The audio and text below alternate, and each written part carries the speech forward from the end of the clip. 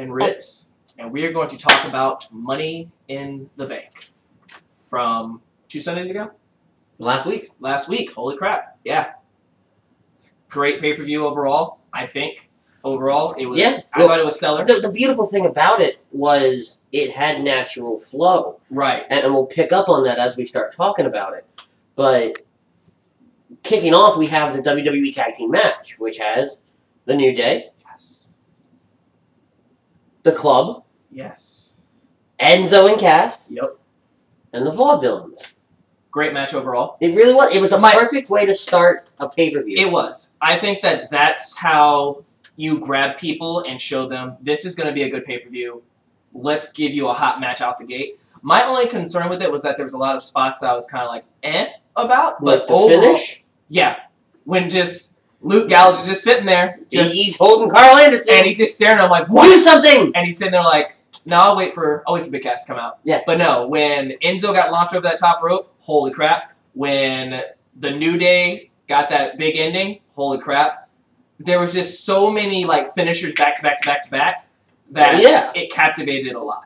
You know? Well, and it was, for the most part, the teams that it encompassed were built properly. Right. You have the New Day, they're established, they're over. They're the tag team champions. Yep. There's no denying that fact. You have Enzo and Cass, who were hella over in NXT, and that just transitioned with them. Easy transition. Those are your faces. We put them over there. Yep. Look at the heels, and you have the Vaudevillains, Yep. who, if you really sit down and think about it, I was thinking about this morning, they're kind of like what the Revival is in NXT. Right. They're bringing a more classy element back to tag team wrestling. Yes. But the difference, they have the gimmick. That's their gimmick. Right. And then you have the Club, which I can't tell if this is a pro or if it's a con when we're talking about the Club, because they weren't really built up properly for the match.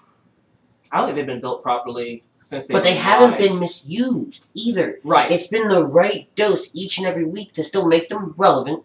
They're doing things that are making them relevant. The interactions with AJ Styles, the whole, all right, we're not the Club, now we're the Club, now,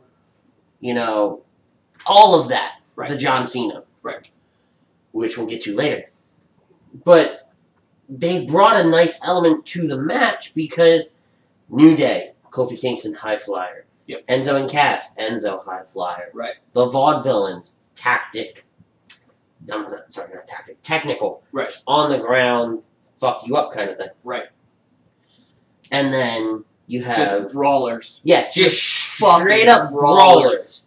And that's kind of the beautiful thing about the diversity of tag team wrestling, because you can have so many different styles brought together in a cohesive unit and make it work. Right. One of the things that I loved here at one point was you legitimately thought that Enzo and Cass were going to go over. Right. And take the win. Yep. The Vaudevillains taking the pin, that's the right call to make. It is, and I rewatched this on What Culture, and the funny thing about it is that I forgot his name. It's Simon and Gotch. Simon wasn't the legal man. No, but he took the pin. Exactly. But as fast paced as it was, there were a lot of missed calls. Right. As established as Carl Anderson and Luke Gallows are, as established as Kofi Kingston is, right. And I'll even say Big E's established. Now at this point, absolutely. You're dealing with 4 other guys that aren't really all that established on the main roster. Right. And if you really want to say it, 6 other guys counting the Club. Right. Because they're not used to that kind of environment, those kind of finishes. Whereas Kofi and Big E, that's like waking up on a Sunday morning and going to church. See, and it's not necessarily to knock Luke Gallows per se, but I love Carl Anderson. I love his style. I love his wrestling attire. I love everything that he does in the ring. Gallows kind of slows me down. You know what I'm saying? Carl Anderson's fast-paced. He hits you. He's coming from fucking everywhere. And then you got Gallows, he's a big guy, so I get that's what he's selling, but he doesn't captivate me. And now, don't get me wrong, I love Luke Gallows on the mic. I love what he's done for the Bullet Club in Japan, because I went back and watched some of that stuff. He's a great enforcer for the group, but when he gets into the ring, I'm not always impressed. Now, as soon as he tags Carlo, I'm like, oh shit, it's about to get real in here. Because I fucking love Carl Anderson. Maybe that's the point. He's an enforcer. Right. He's the guy that you have go in when you need just, all right, let's clean this up, let's end it kind of thing. Make quick work of these guys. Right. Overall, great match by all 8 guys. Mm-hmm. Well done, guys. Missed spots, but that happens when you're doing it live, when you're doing it, you know, probably for the first time. Yeah. A lot of these things. I only caught 2 big spots that bothered me, and it was the Trouble in Paradise mess up from Enzo, and then the ending. And then the loading please wait that Luke Gallows had. That's what it was. He's just in there. But you have to realize those are big botches. Right. Those were high points of the match. Huge. So yeah, New Day takes the titles and they go off to do their thing the next night on Raw, which we'll talk about in a later issue. Before we get to the next match, there was a backstage promo. Oh, sorry. I'm excited because the Wyatt family came back. Okay. There was a backstage promo involving Kevin Owens, which I love, Chris Jericho, and Alberto Del Rio. Which, I don't want to spend too much time on this. I wanted to bring it up, though, because Kevin Owens dominates. Just dominates. And Chris Jericho is one of the greatest heels on the mic. Hands down. You know, and I'll tell you this. I didn't respect Alberto Del Rio on the mic. But with these segments that he's doing with other heels, I'm loving every second of it. He stands out. They make fun of him a little bit, like, dude, really Spanish? Like, I can speak other languages too, you're not special? I think that's, and granted that's from KO, but Alberto being in that, I don't think you could put someone else in there for a heel that has that same pull to where these guys can just mesh so well, where they're just bickering around each other. You know, and Chris Jericho's whole drink it in, baby, and it works. That drink it in, man, is just... It's hysterical. It's good, it's new, it's fresh. And that's what Jericho needs. Right. To stay relevant. Don't get me wrong. Jericho walks in the ring. He's always relevant. He's always relevant. Owns it. But to keep him fresh with some of the younger, you know, talent, younger fans that are watching that don't remember him walking out in August of 1999 and interrupting The Rock. Right. That's important. Of course. But absolutely, those guys set up for the Money in the Bank ladder match, which, trust me, is going to be amazing. Oh my God! For the 1000th time, Dolph Ziggler fights Baron Corbin. Baron Corbin goes over. And it wasn't until about an hour ago I figured out what they're doing with Baron Corbin. They're changing him from this whole lone wolf persona to he's a 3-time Golden Glove boxer. Yeah, that's going to be his thing. I'm so happy they're finally bringing that up. That's awesome because. Let's think about it. Before, you only fought Dolph Ziggler, Damien Sandow, and Kalisto, who he ran through Kalisto. And then you won the Memorial Battle Royal, which is, it's fine, but they didn't do anything with that, but now they're bringing that back up. Then he fought Dolph Ziggler 1,000 times. Every match finally since Extreme Rules. Yeah, which they're finally burying that from my understanding, which I'm cool with. And now they're like, dude, this guy's a legit badass. He's a bare-knuckle boxer, which... I hope they do it right because they brought Wade Barrett back like that, and they did nothing with it, really. You know what I'm saying? Like, he floundered to stay relevant, but his bare-knuckle boxing when he came back after the Randy Orton injury was fucking stellar. They just didn't book it properly. The thing that I want to see them do, and I want to see them do it right, I don't want this to be another Brawl for All where Baron Corbin fights Bart Gunn and knocks him out in 13 seconds or whatever it was. I want to see Baron Corbin... He's a tall guy that can hit you hard, but still have that in-ring persona that makes you go, he's a wrestler. Dude, his moveset is so sick. I'm not saying SummerSlam, Survivor Series, WrestleMania. I'm not even talking this year. We always talk about who fights the beast. If they book it right, and I'm not...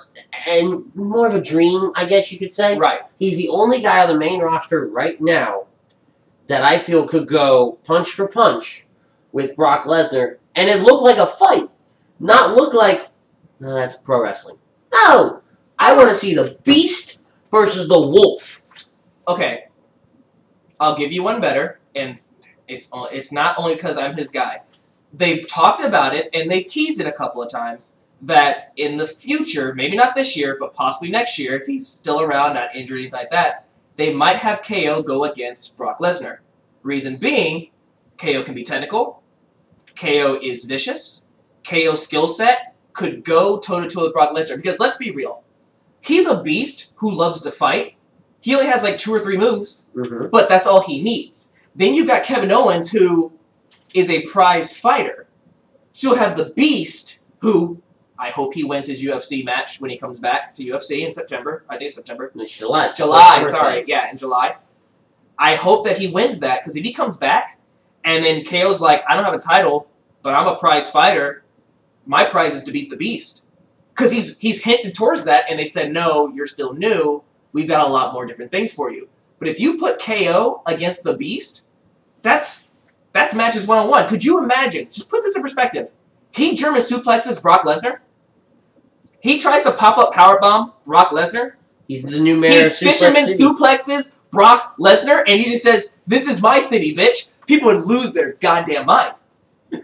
But anyway, moving on. Dream match. Move on. We kind of segued off of that. WWE Women's Champion Charlotte and Dana Brooke versus Natalya and Becky Lynch. I going through the bits of it because it really wasn't a match that made me say, and it back to the flow. You had a great match with the tag team match. Right. You had kind of, if you looked at the wrestling in the Baron Corbin Ziggler match, it was a great match. Didn't they chant boring in that match? Yes, but we've seen it back to back. But it was still a good feat of showmanship.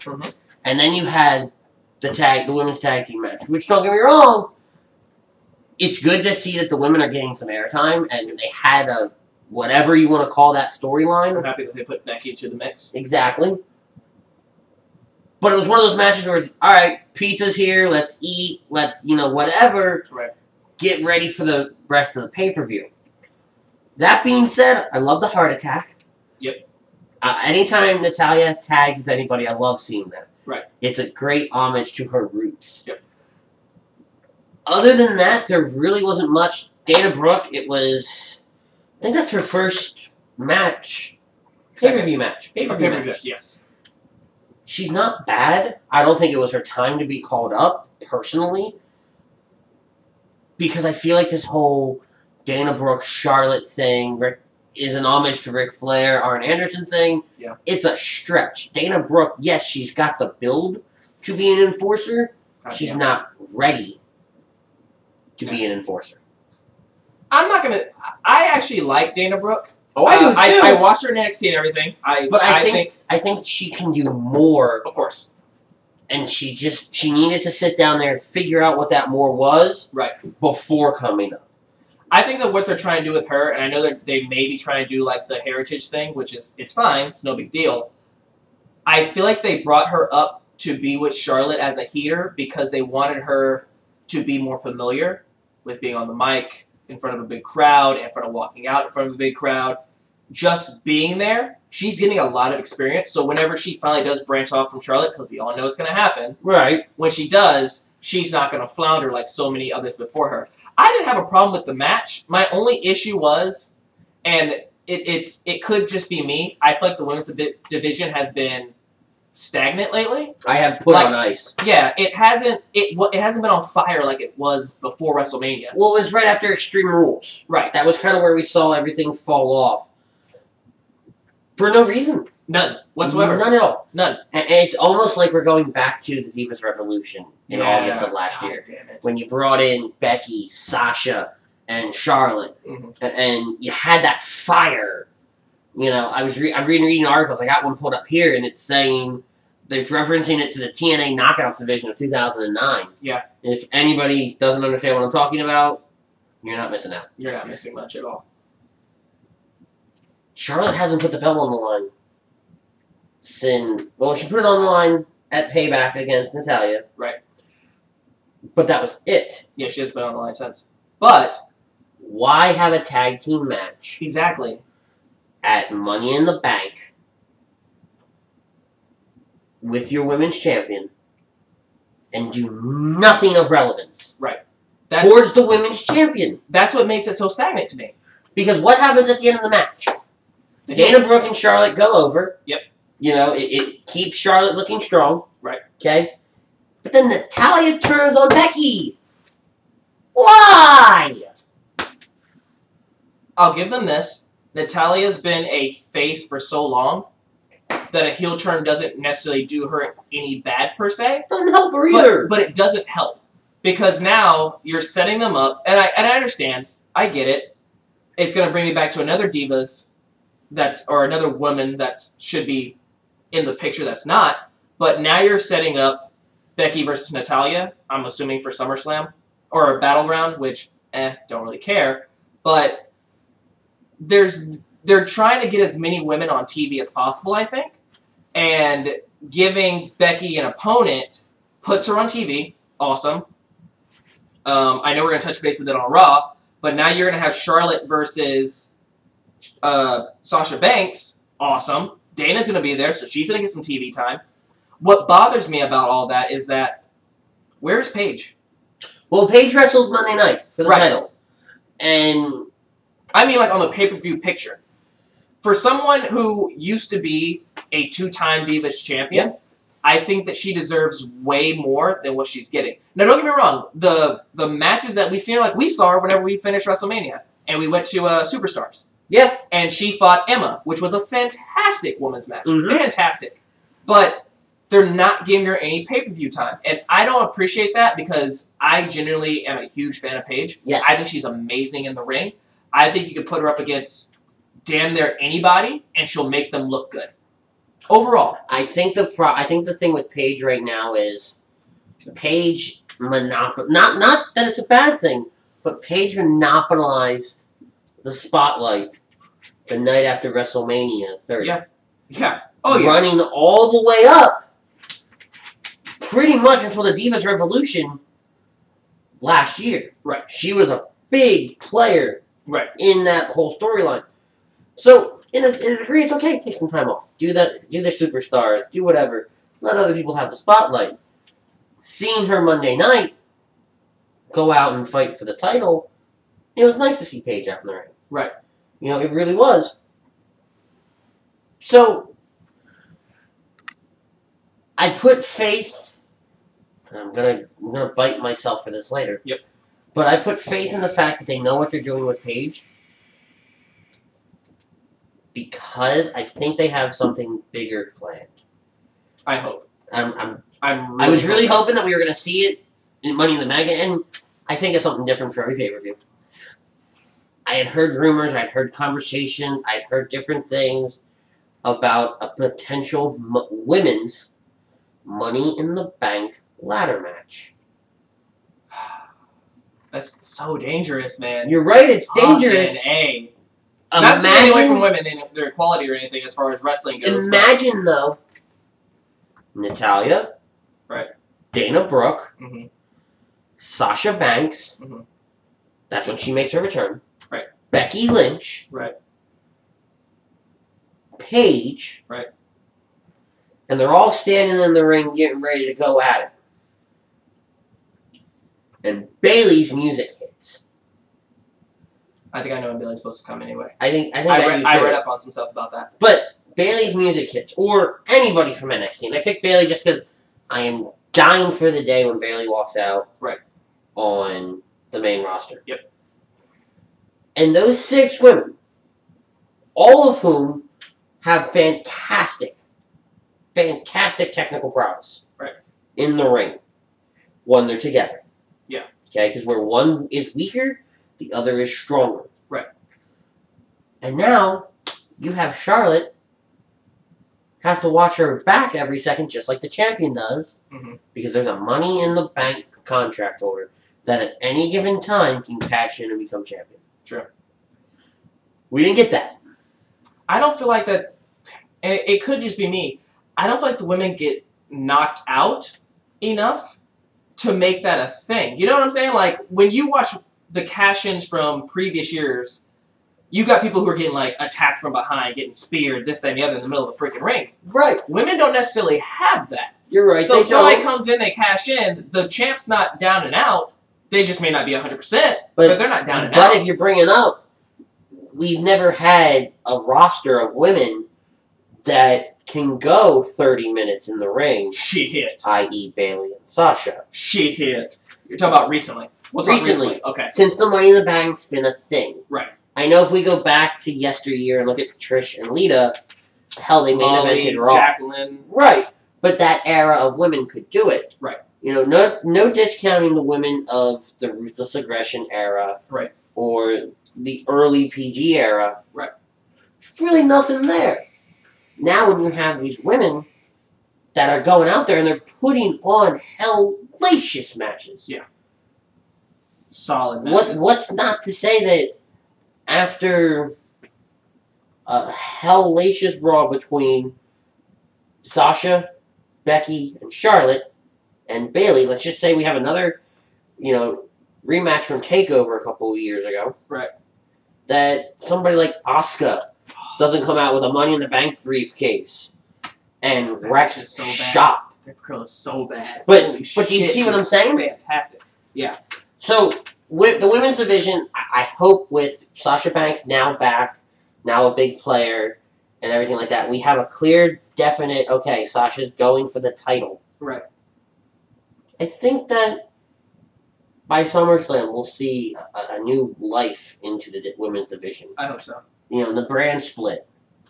How will that affect the women's division? Right. It could help it in the sense that now you have 2 #1 contenders. Right. If they have a floating champion. Right. Or can hurt it in your champion stuck over here and all the competition that we the want to see competition is on here. SmackDown. Yeah. So, moving on. Another match that was just kind of for me. I'm not a huge fan of the storyline. Apollo Crews and Sheamus. I actually enjoyed that match. I actually did. It was good for a not technical, but it was a good showman match. Like right. Apollo Crews doing the moonsault off the apron. That guy is Sheamus just a monster. Was probably one of his better selling nights. Right. But it was just a match for me. Okay. I like it because, as you know, I'm a huge fan of storyline build-up to matches. And the fact that, and I'm going to skip straight to the end on that, the fact that Apollo went over on a former multi-time World Heavyweight Champion is huge. Oh, don't get me wrong. Fucking huge. That says volumes. Yeah. But you talk about storyline build-up. There was just a couple segments here, a couple segments there. But it's not that important of a match to where you need to give it a lot of build-up.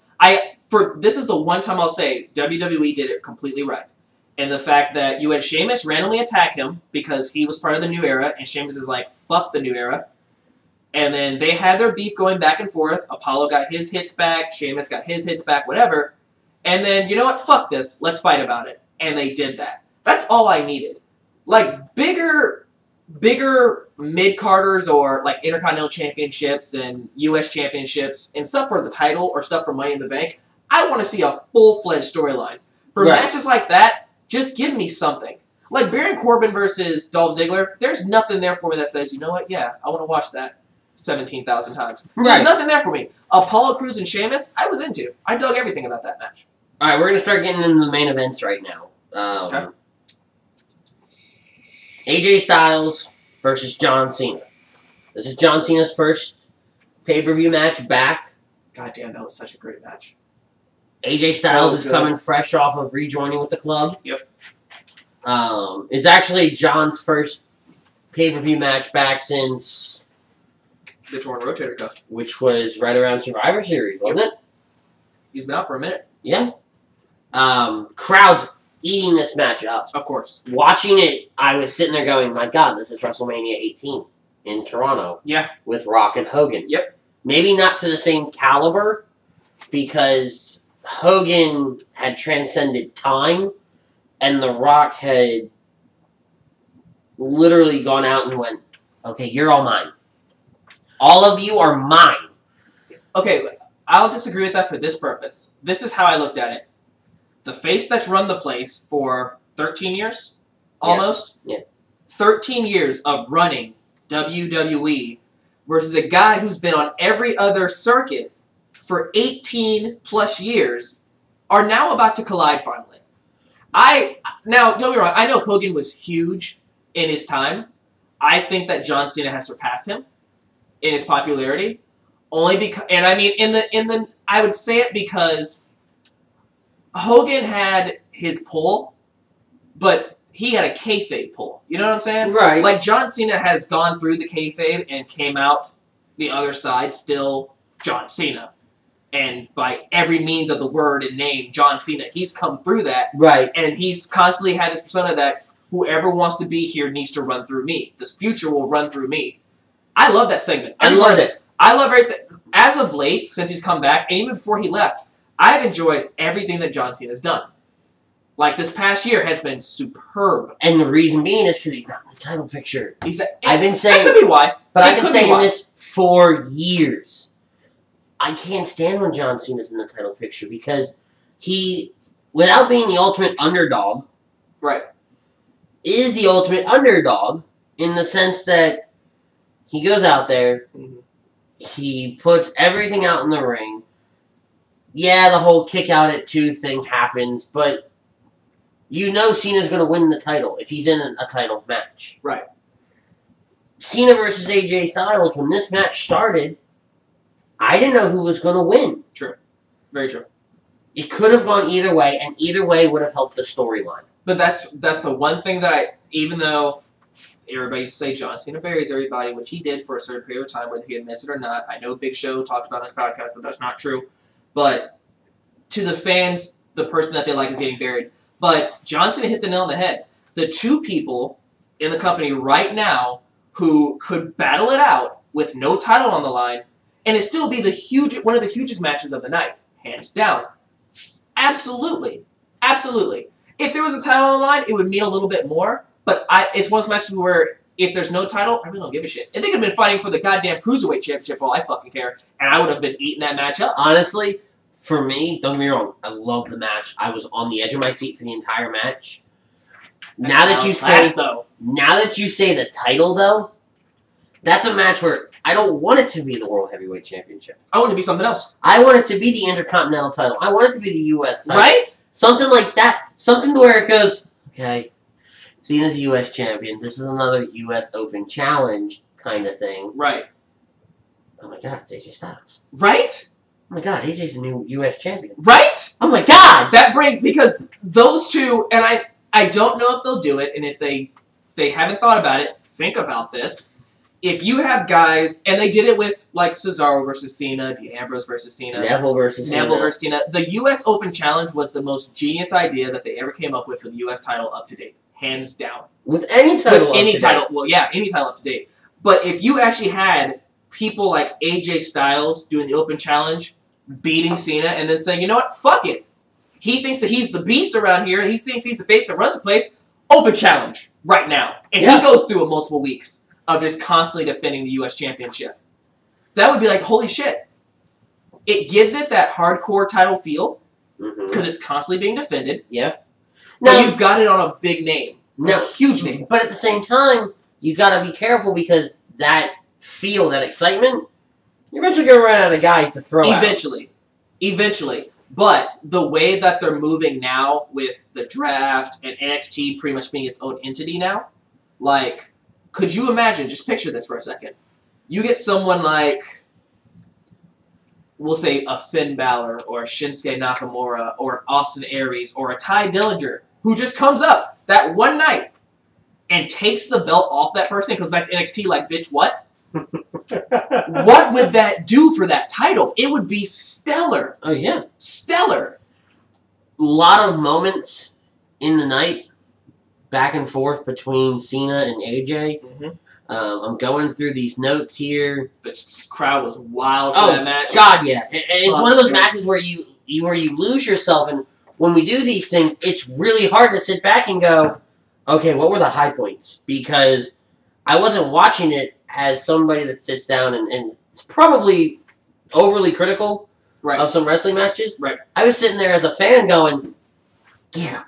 You know? Right. I actually, earlier today I was watching, and last night I was listening to a podcast with Eric Bischoff and Stone Cold.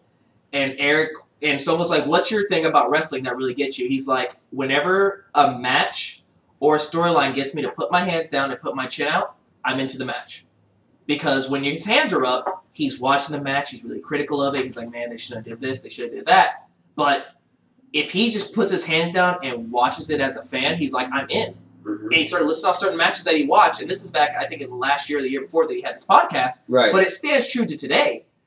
When you watch AJ Styles versus John Cena, I'm not like, man, they really should have did that. Just should have did that. I just sit back and I watch it as a fan. Because they used to chant that John Cena can't wrestle. But, and don't get me wrong, John Cena had circles ran around him by AJ Styles because that was part of the storyline. Mm-hmm. But there was no one carrying the match. They were both equally handling that match. Like if you listen to Roman versus AJ carried the match, obviously. But in this instance, it was equal playing field. They both did their weight, and it was phenomenal. From the reversals into the calf crusher, into the STF, into the AA, into the Styles Clash. I mean, Cena not doing the 5-knuckle shuffle because of the leg. Right. Selling it so well. That was a perfect sell. Now, if it was a true sell, who really knows? Right. But the off the top rope famouser from Cena that we haven't seen in a long ass time. And AJ catching him with that one with a powerbomb.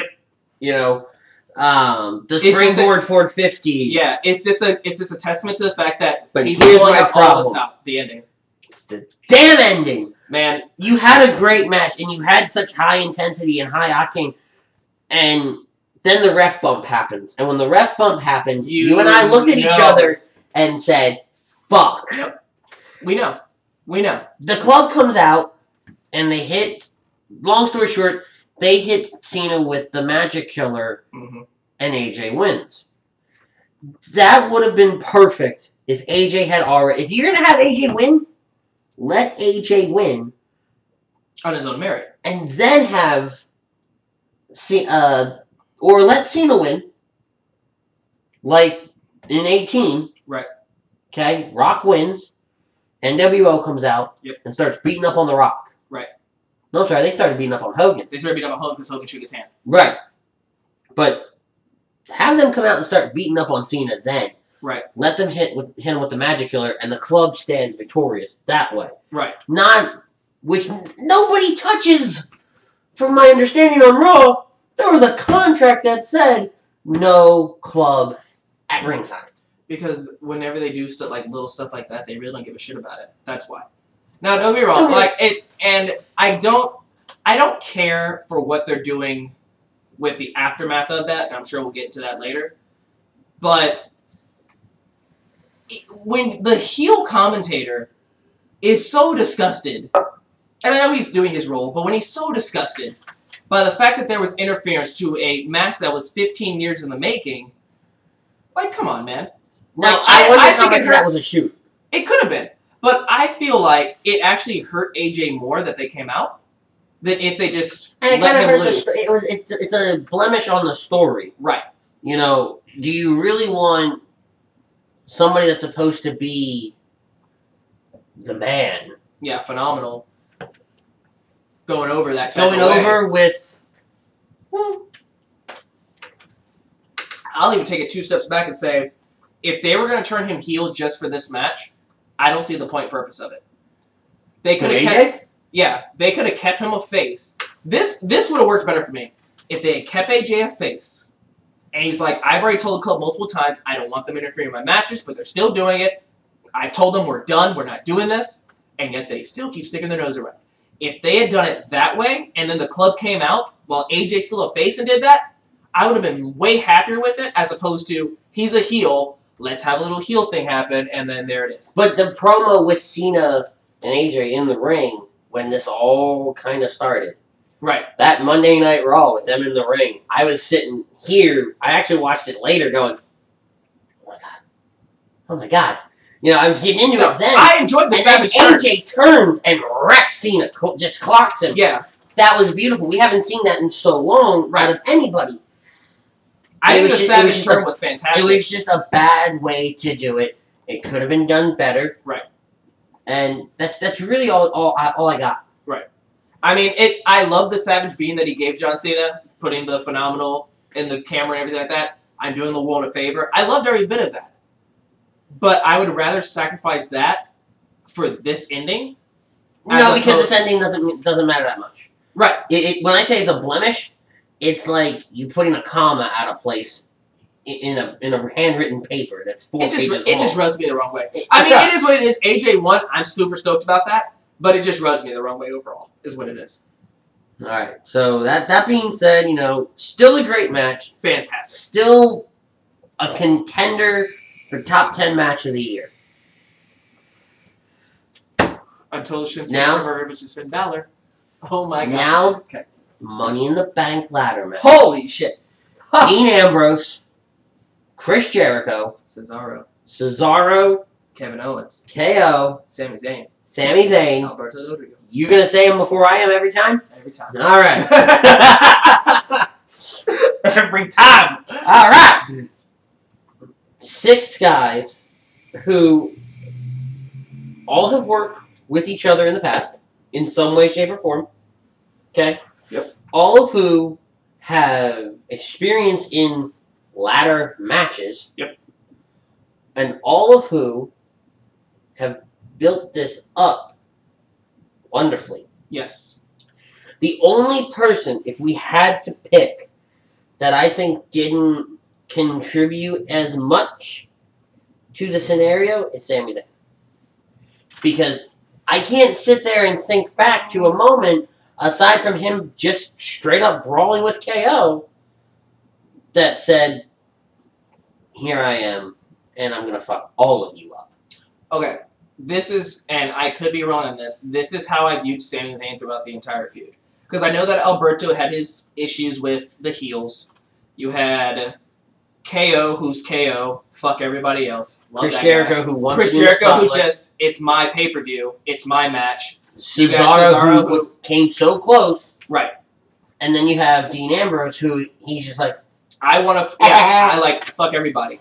The main thing that he contributed to this, and I thought about this in perspective, is the fact that, if you remember WrestleMania, he stopped KO from winning.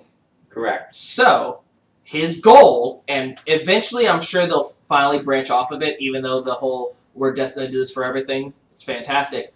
But his goal is to make sure that KO does not succeed where he wants to. So that's his role into it. Like, I want to win, but I want to definitely make sure that you don't win. You see what I'm saying? Right. Like, he stopped KO from winning the Intercontinental Championship at WrestleMania. He's tried to stop KO with that goddamn Michinoku driver on the fucking ladder when it was sitting sideways, where I thought he died. So I was watching this morning What Culture's live reactions to Money in the Bank. Oh my god. Have you watched it?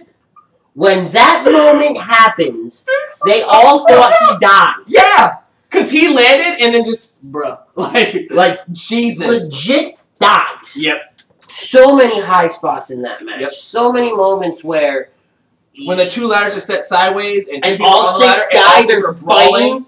That was beautiful. Hey. The haluva kicks from Sami Zayn. Beautiful. The uppercuts from Cesaro. From the cannonballs. From KO.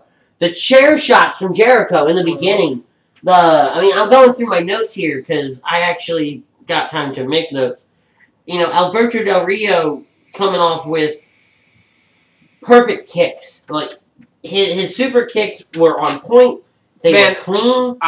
The one thing I will say about Del Rio, his strikes, with the exception of his punches, I don't like his punches because he bows to a knee every time he punches, and I don't like that.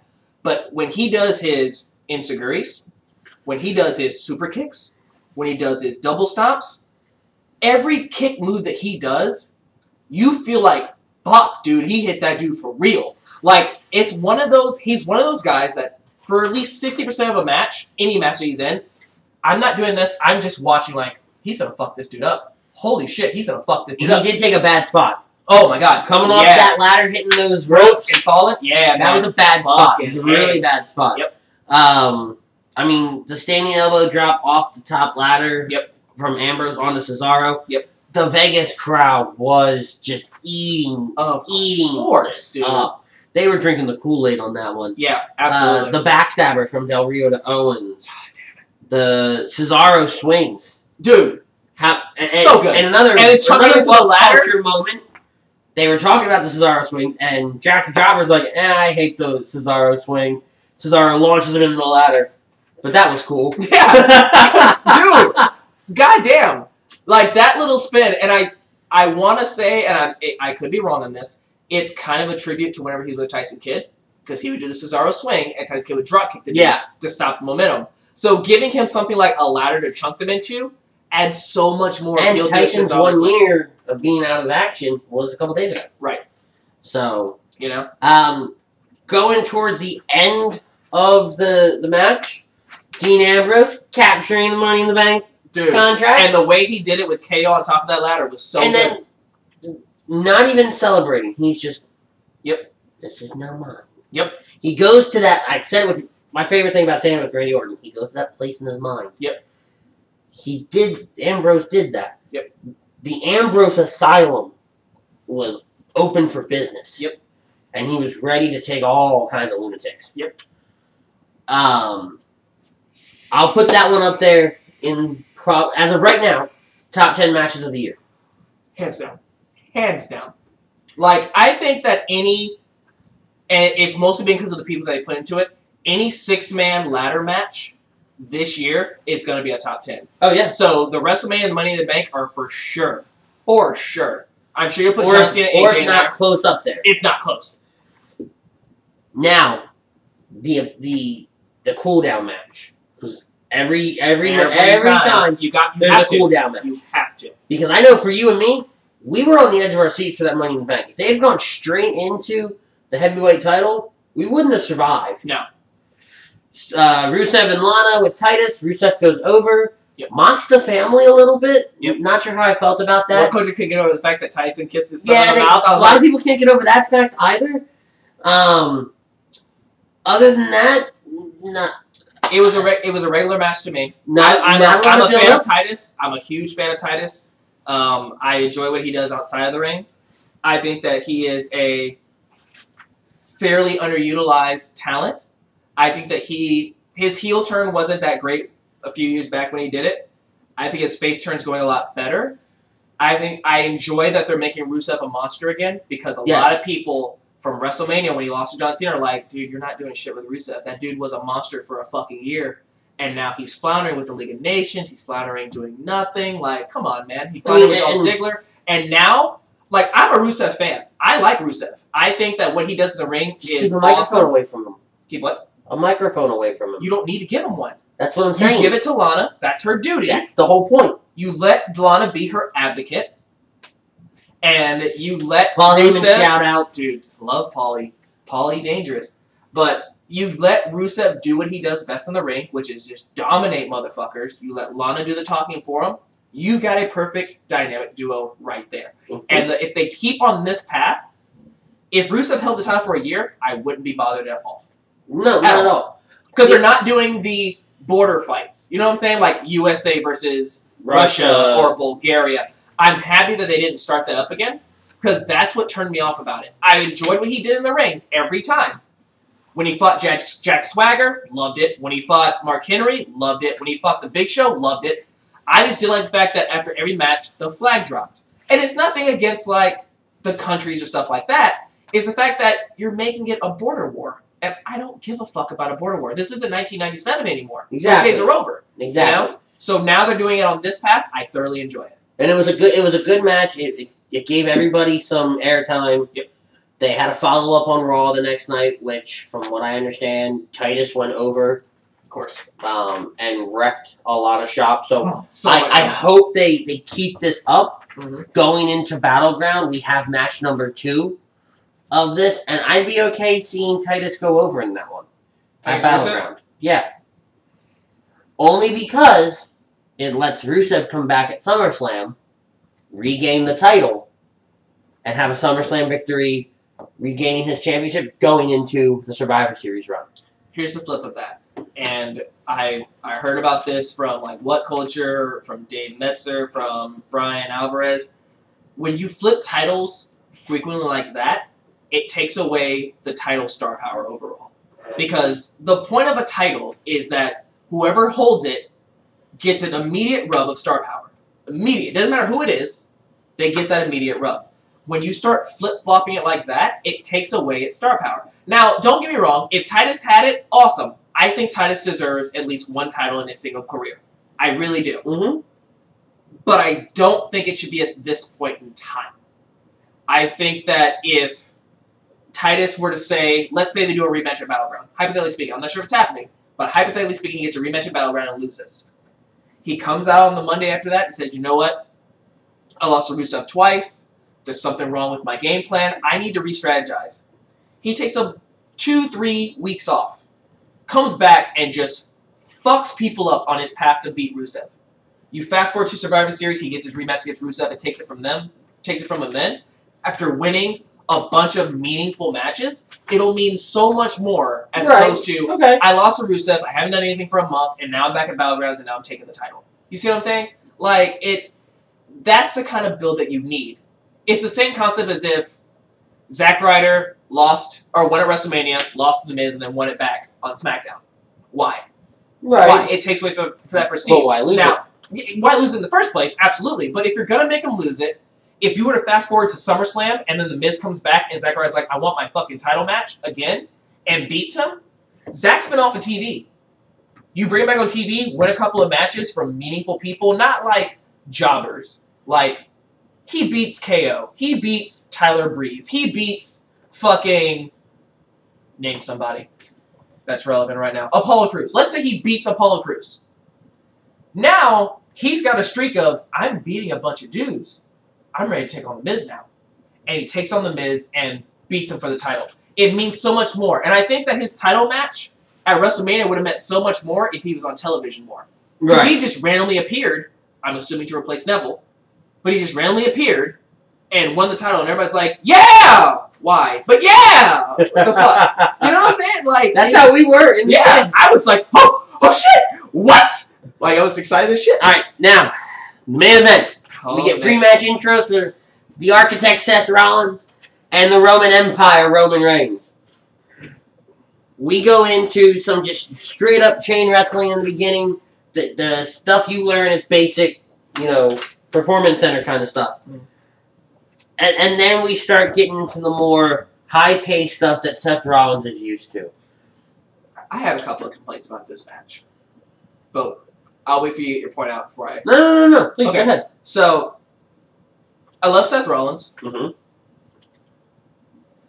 I'm a fan of Roman Reigns with moderation, and it's just because I can't take anything away from what Roman can do in the ring.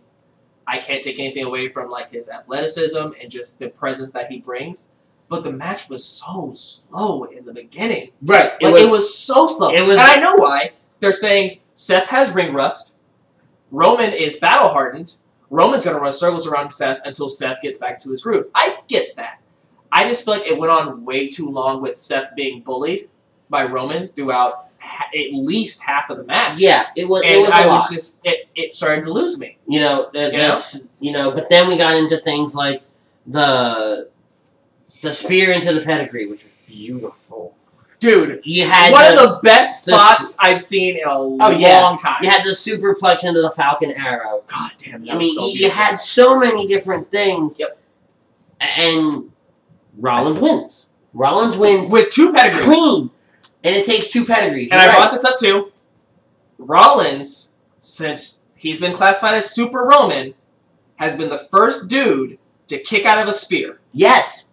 The first dude I was about to bring that up. Out of a spear. Because everybody else would hit 2 or 3 of their fucking finishers and then 1 spear and it's over. And everybody's like, what the fuck is this? But when he kicked out of that spear, crowd lost their fucking mind. Lost it. What I want to bring up, and we're going to lead into it because I want to wrap this up here in a second, was the spear into the pedigree supposed to be the finish? Because he kicks out and Rollins immediately hits him with another pedigree. No. I'd have been okay. I would have been okay with it. If that was the finish. I would have been totally okay with it. But... Because like an RKO. Pedigree out of nowhere? Right. This is why I'm okay with it. Because I thought about this as well. Because I have a tendency to watch a match as a fan. And I'll go back and I'll sometimes analyze it depending on how much I'm into it. And the pedigree from the spear was beautiful. He hinted, and by he, JBL hinted, he didn't get all of it. And they're still trying to make Roman look strong. Now, if you remember from, I think it was 18, rock bottom, Austin kicks out. No, it would have been 19. 19. Rock bottom, Austin kicks out. Rock bottom, Austin kicks out. Well, fuck it. I'm going for another goddamn rock bottom. Rock bottom finally pins him. Exactly. Now, he tried to spear him once, hit the barricade. He got a spear on him finally. He went for a third spear, got pedigreed for it. Rollins is like, he kicked out of that? Really? Well, fuck it. I'm going to do a good one. And plants him in the center of the ring with authority to prove a point. And that's the point. He's a heel, so he has to prove a point. Now, he just came back. Right. So, Seth Rollins is your new WWE World Heavyweight Champion. I freaked the fuck out when that happened, though. Why? Because Dean Ambrose music hits. And he hits him from behind like with a motherfucking anti-hero boss. Like a and then boss. subtly hands it to Mike Chioda. Mike Chioda cashes it in. Yep. They get in the ring. Dirty deeds. Yep. And not only does Dean Ambrose win his very first WWE World Heavyweight Championship, yep. Not only did we see the Cleveland Cavaliers and a guy from Cleveland win a title, yep. But, and I didn't realize it until the next day, every single member of the Shield was WWE Champion at one point in that night. Yep. Okay? Yep. Holy shit! Yep. Holy hell indeed. That is the quickest cash-in. And they had to calculate it, because they're like, wait, so Kane did it at the beginning of the pay-per-view, and they cashed it at the end. Ambrose did it, what? A match? 20 minutes later. 20 minutes later. Beautiful. Beautiful. And then what happened after the fact? I legitimately said, we're going to get the Shield at SummerSlam. Mm-hmm. We're going to get the Shield at SummerSlam. Now, we're getting them at Battleground. I'm okay with it, because it's still a pay-per-view, and we're going to get the Shield at Battleground. I much rather would have had them at the pay-per-view for SummerSlam. But we don't know what they have planned for SummerSlam. This is true. SummerSlam is one of the big four. You can't fuck that up. Right. Now, don't get me wrong. The Shield at SummerSlam would not be a bad idea. That would be the best idea. But now Battleground's going to be that one that kind of lays the foundation. Right. And does something happen in the match where we have almost a no contest? But this is what I think about. And I thought about this a lot. And I know we're going to talk about Raw later, but look at the matches that they're setting up for Battleground to make Battleground a huge, huge pay-per-view. Like, we all know, there are certain pay-per-views, Fast Track, or Fast Lane, fucking Elimination Chamber, Extreme Rules, that are just kind of pay-per-views. Like, they've got a couple of good matches here and there, but it's nothing that's like... They're almost like mid-season finales. Right, and they're nothing star-studded, but they're a pay-per-view that makes you want to watch. You've got Battleground that has a Shield triple threat that we thought was going to happen at WrestleMania happening on Battleground, which immediately makes it a must-see. Mm-hmm. Immediately. This is foreshadowing, but, and I know we're going to talk about it, we're going to get the Wyatt family versus the New Day. I have a lot to say about that. Battleground. I have a lot to say about that. We're going to have John Cena, AJ Styles 2 at Battleground. We're going to have Sasha Banks versus Charlotte at Battleground. That's my point. And it's going to be not only are we going to have that, but think about it. It's the very first pay-per-view right after the draft. It's the very first event after the draft. Yep. There's so much I have about the draft. We're going to touch base on that a little bit later on. Right. Which is going to bring us into Battleground. Yes. But that's Money in the Bank. That's Money in the Bank. Overall, fantastic job. It's fantastic show. I think it's going to set the tone for the rest of the year. It's the halfway point in the WWE. Not in WWE. It's the halfway point in the calendar year. Yep. It's time to set the tone for SummerSlam, Survivor Series, everything like that, getting us ready for WrestleMania 33. I'm Ritz. He's Jax. This is Jax. We out. We out, son.